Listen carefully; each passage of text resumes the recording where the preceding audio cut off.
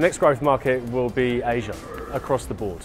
It's already booming. If you, as I think it's in my presentation, if you actually look at the percentage of young people who are creating groundbreaking innovations, it's only about 16.8% of 15 to 24-year-olds, but in sheer volume size and growth size, it's outstripping North America and Europe. Any particular areas in Asia? It's interesting because it's kind of broken into a variety of different areas. Like certainly, India's a massive powerhouse for innovation. Singapore's been ranked 7th globally as a startup hub. Hong Kong's ranked globally #1 as a tech city to watch. But for example, if you look deeper into the Philippines, there is an amazing amount of mobile innovation happening in the Philippines.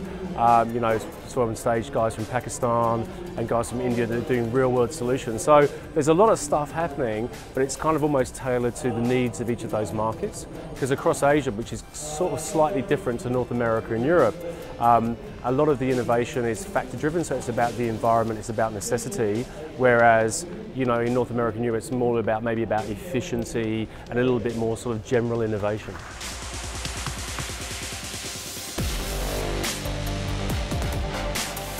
That's a very interesting question. I think you need to define long distance. I think when we go back to the analog world, there's a long distance between Australia and England. When I arrived, there was movies that come out in England that were coming out in Australia. The world's a much smaller place, so I think there isn't any boundaries to collaboration.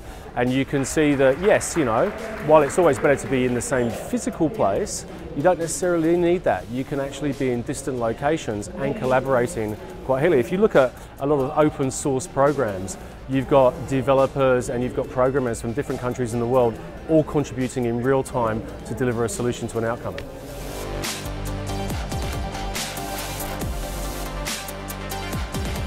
One of the things that that I think is also setting aside opportunities, you've got this generation of makers that come through. So for example, my 11-year-old kid, we had to do a promo spot for Spikes, and he actually made the soundtrack on whatever that track is, the thing that they use in Apple. So he made me a 30-second soundtrack from scratch.